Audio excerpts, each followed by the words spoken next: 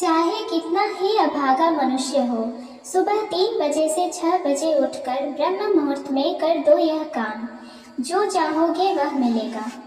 एक समय की बात है, माता पार्वती ने भगवान शिव से पूछा, स्वामी, मैंने देखा है कि चाहे कितना ही अभागा मनुष्य हो, अगर वह सुबह के समय ब्रह्म मुहूर्त में उठता है तो वह बहुत सुखी रहता है। ऐसा क्यों है? मुझे ब्रह्म मुहूर्त का रहस्य बताइए। तब भगवान शिव ने कहा, हे देवी, मैं आपको इस प्रश्न का उत्तर एक कथा के माध्यम से बताऊंगा। कृपया आप इस कथा को ध्यान पूर्वक सुनना, और जो भी मनुष्य इस कथा को पूरा सुनेगा वह कभी भी इस अवसर को अपने हाथ से जाने नहीं देगा। ब्रह्म मुहूर्त का रहस्य जानकर पूरा जीवन बदल जाएगा। भगवान शिव कथा को सुनाना प्रारंभ करते हैं और माता पार्वती से कहते हैं, बहुत समय पहले की बात है, काशी में दीनू नाम का एक लड़का रहता था। वह लड़का बहुत ही अच्छा था, लेकिन एक गलत आदत थी, वह देर तक सोता रहता था। सुबह उसे जगाने के लिए घर वाले कई प्रयास करते थे, परंतु वह रोजाना सुबह देर तक उठता था। वह लड़का कभी भी 9 बजे से पहले नहीं उठता था। जब वह बालक था तब परिवार वालों ने सोचा कि जब यह बड़ा हो जाएगा तो इसकी आदत में सुधार हो जाएगी, परंतु वह लड़का जैसे जैसे बड़ा होता गया उसकी यह आदत और भी ज्यादा गहरी होती चली गई। दुनिया इधर से उधर हो सकती थी, लेकिन वह लड़का कभी भी जल्दी नहीं उठ पाता था। उसके पिता उसकी इस आदत से बहुत ज्यादा परेशान रहने लगा था। उस लड़के को ढेरों नकारात्मक शक्तियों ने घेर लिया था। वह सभी को पलटकर जवाब देता था और दिन भर उदास रहता था। इसका असर उसके स्वास्थ्य पर भी पड़ रहा था। जब उस लड़के को यह पता लगा कि उसके सारे मित्र सफलता को प्राप्त कर चुके हैं, तब वह और भी ज्यादा चिंतित हो गया और ईश्वर को कोसने लगा। वह बार बार यही कहता था कि मेरी किस्मत ही खराब है, परंतु उसके पिता अच्छी तरह से जानते थे कि उस लड़के के असफल होने के पीछे क्या कारण है। भगवान शिव ने कहा, हे देवी, फिर एक दिन की बात है, उसके पिता को किसी सन्यासी के बारे में पता चला। उसने तुरंत अपने बेटे की समस्या को लेकर उस सन्यासी के पास जाने का निर्णय लिया।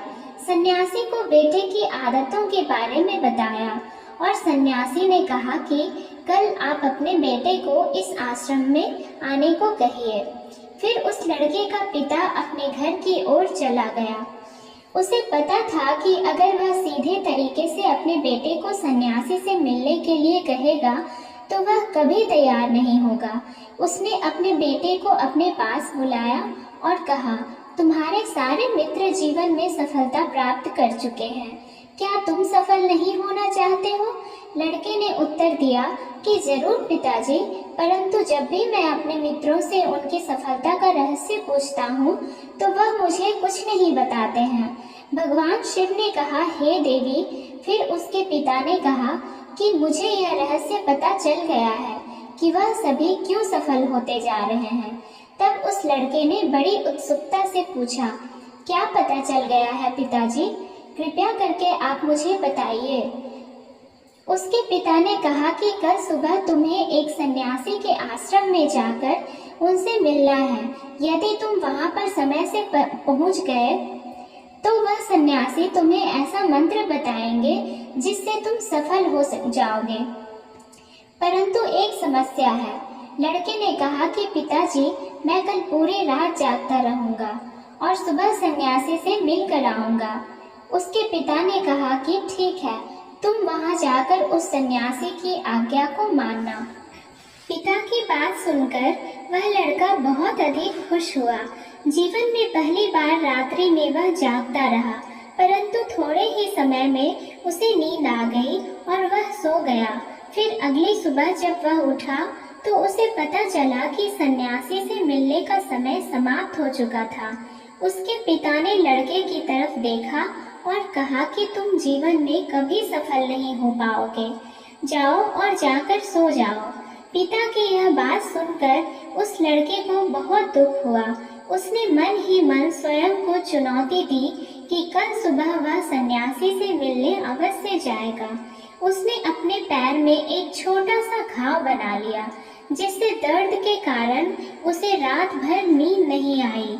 भगवान शिव ने कहा, हे देवी, यह ऐसा पहला अवसर था जब उसने अपने जीवन में पहली बार सूर्योदय देखा था। वह तुरंत ही तैयार होकर सन्यासी से मिलने के लिए चला गया। आज उसका अनुभव कुछ अलग ही था। वह बेहद शांत महसूस कर रहा था। चलते चलते वह लड़का जैसे ही सन्यासी के आश्रम में पहुंचा तो वहां पर उसने देखा कि सन्यासी और उसके सभी शिष्य ध्यान लगाकर बैठे हुए थे। भगवान शिव ने कहा, हे देवी, फिर जब ध्यान का समय समाप्त हुआ तब लड़का उस सन्यासी के पास पहुंचा और उन्हें प्रणाम करते हुए बोला कि आपके पास कोई ऐसा मंत्र है जिससे मैं सफल हो सकता हूँ? कृपया करके मुझे वह मंत्र बताइए। मैं भी अपने मित्रों के समान सफल होना चाहता हूँ और अच्छा जीवन जीना चाहता हूँ। भगवान शिव ने कहा, हे देवी। फिर सन्यासी मुस्कुराए और बोले, अच्छा, तो तुम वही बालक हो। तुम्हारे पिताजी मुझसे मिलने आए थे और उन्होंने तुम्हारे विषय में मुझे सब कुछ बता दिया था। मैं तुम्हें वह मंत्र अवश्य बता देता, परंतु अब लड़के ने जैसे ही परंतु शब्द सुना तो लड़का घबरा गया। उसने पूछा, परंतु क्या गुरुदेव? तब सन्यासी बोला, मैं तुम्हें वह मंत्र बताऊंगा, परंतु अगले 21 दिनों तक तुम्हें मेरी आज्ञा माननी होगी। मैं तुम्हें वह मंत्र 21 दिनों के बाद बताऊंगा। तब तक मैं तुमसे जो भी कार्य कहूंगा तुम्हें वह करना होगा। यदि तुम असफल हुए या कार्य के बीच में तुम्हारा संकल्प टूट गया तो उस मंत्र का असर नहीं होगा। दृढ़ निश्चय के साथ उस लड़के ने कहा कि मुझे आपकी सारी आज्ञा स्वीकार है। मैं अगले 21 दिनों के लिए आपका दास हूँ। आप जो भी कहेंगे मैं वही कार्य करूँगा। मुझे केवल और केवल उस मंत्र के बारे में जानना है। भगवान शिव ने कहा, हे देवी। फिर सन्यासी ने उस लड़के से कहा कि ठीक है, कल से तुम्हारा कार्य शुरू होगा। तुम इसी आश्रम में निवास करोगे। वह लड़का आश्रम में निवास करने के लिए तैयार हो गया। सन्यासी ने कहा कि यहाँ रहते हुए तुम्हें ब्रह्म मुहूर्त में उठना होगा और दूसरे शिष्यों की तरह ध्यान और तप करना होगा। साथ ही आश्रम के कार्यों में भी सहायता करनी होगी। ध्यान रहे, यह संकल्प टूटना नहीं चाहिए। भगवान शिव ने कहा, हे देवी। अब लड़का सन्यासी की बात से सहमत हो गया और अगले दिन से उसके कार्य के दिन की शुरुआत थी। इस बार उसने दृढ़ निश्चय किया, परंतु 1 सप्ताह बीतने के पश्चात ही उसका संकल्प टूट गया और वह 8वें दिन देर तक सोता रहा। जब वह नींद से जागा तो उसने कहा कि मुझसे कितनी बड़ी भूल हो गई है। वह रोते हुए सन्यासी के पास पहुंचा और कहने लगा कि हे गुरुदेव, मेरा संकल्प टूट गया। अब मैं जीवन में कभी सफल नहीं हो पाऊंगा। सन्यासी ने उसे समझाते हुए कहा कि एक बार फिर से शुरुआत करो, फिर से संकल्प करो। फिर लड़के ने सन्यासी से पूछा कि सुबह उठना इतना आवश्यक क्यों होता है और यहाँ पर सभी लोग इतनी जल्दी क्यों उठ जाते हैं। भगवान शिव ने कहा, हे देवी। तब सन्यासी ने लड़के को समझाते हुए कहा कि सुबह यानी ब्रह्म मुहूर्त में उठने के पीछे बहुत बड़ा विज्ञान छुपा हुआ है। लड़के ने कहा कि कृपया मुझे वह विज्ञान बताने की कृपा करें। सन्यासी ने कहा कि रात्रि को 4 पहर में बांटा गया है। पहला रुद्र काल, जिसका समय शाम 6 बजे से लेकर 9 बजे तक होता है। दूसरा राक्षस काल, जिसका समय रात्रि 9 बजे से 12 बजे तक होता है। तीसरा गंधर्व काल, जिसका समय रात्रि 12 बजे से 3 तक होता है। और सबसे अंत में जो पहर आता है उसे मनोहर काल कहते हैं। इस समय को ब्रह्म मुहूर्त या अमृत बेला के नाम से भी जाना जाता है। इसका समय भोर 3 बजे से सुबह 6 बजे तक होता है। यह वह समय होता है जब पूरे संसार की नकारात्मक शक्तियां निष्क्रिय अवस्था में होती है और सकारात्मक शक्तियां सक्रिय होती है। ब्रह्म मुहूर्त अर्थात देव मुहूर्त। ब्रह्म मुहूर्त का अर्थ देवताओं का समय होता है। भगवान शिव ने कहा, हे देवी, वह सन्यासी आगे कहता है, इस समय देवता धरती पर विचरण कर रहे होते हैं और जागृत मनुष्य पर उनका बड़ा ही सकारात्मक प्रभाव पड़ता है। ब्रह्म मुहूर्त ऐसा समय होता है जिसमें मनुष्य का मस्तिष्क बिल्कुल खाली होता है, जिसमें किसी प्रकार के कोई विचार नहीं होते हैं, और जब इस समय व्यक्ति अपनी पुस्तक खोलकर पाठ का अध्ययन करते हैं तो उन्हें सब कुछ जल्दी जल्दी याद भी होता है और यह लंबे समय तक याद रहता है। यह ऐसा समय है जिसमें हम ज्ञान को समझने का प्रयास करते हैं। इस कारण आश्रम के सभी शिष्य और संसार में बहुत से ज्ञानी लोग ब्रह्म मुहूर्त में उठ जाते हैं।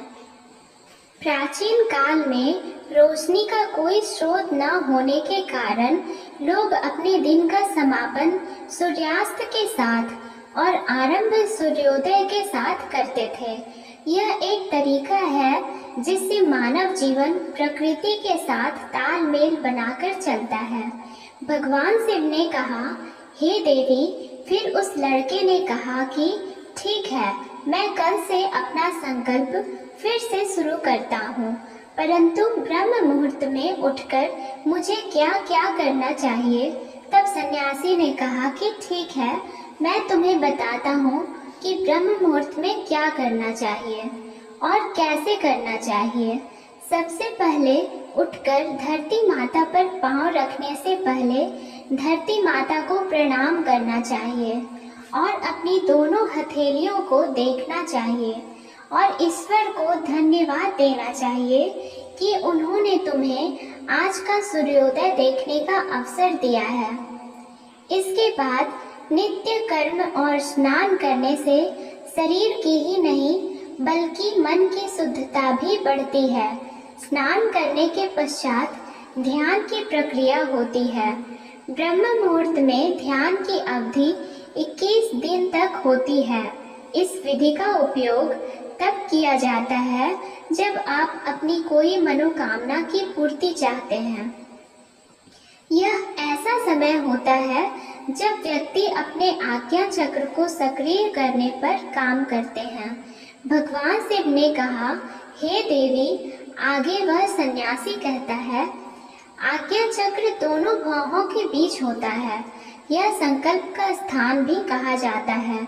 अगर इस चक्र पर ध्यान केंद्रित किया जाए और अपनी मनोकामना को बार बार दोहराया जाए तो मात्र 21 दिनों के भीतर वह मनोकामना पूरी हो जाती है। अगर आपके मन में कोई अधूरी मनोकामना है और आप उसे पूरी करना चाहते हैं, तब उसे सबसे पहले उस मनोकामना का स्पष्टीकरण कर लें। आपको क्या चाहिए यह निर्णय अवश्य कर लें। इसके बाद ध्यान की विधि को शुरू करें। ब्रह्म मुहूर्त में स्नान के बाद एक ऐसा स्थान चुनें जहां पर वायु का प्रवेश हो। ध्यान में शुद्ध प्राण वायु का होना आवश्यक होता है। ध्यान की मुद्रा में रीढ़ की हड्डी सीधी होनी चाहिए, साथ ही गर्दन भी सीधी होनी चाहिए। सुखासन की अवस्था में दोनों हाथों को घुटनों पर रखकर आंखें बंद करके बैठ जाएं। हाथों की मुट्ठी को बंद कर लें और 2-3 मिनट तक बिल्कुल शांत हो जाएं। जब आपका शरीर स्थिर हो जाए और श्वास भी शांत हो जाए, तब उसके बाद अपना सारा ध्यान आज्ञा चक्र पर लगाएं। इस दौरान लंबी गहरी सांस लें और सांस को रोक कर रखें। इस समय आप अपनी इच्छा को मन ही मन दोहराएं और अपने मन से इष्ट देव और देवी देवताओं और गुरुजनों का चिंतन करें।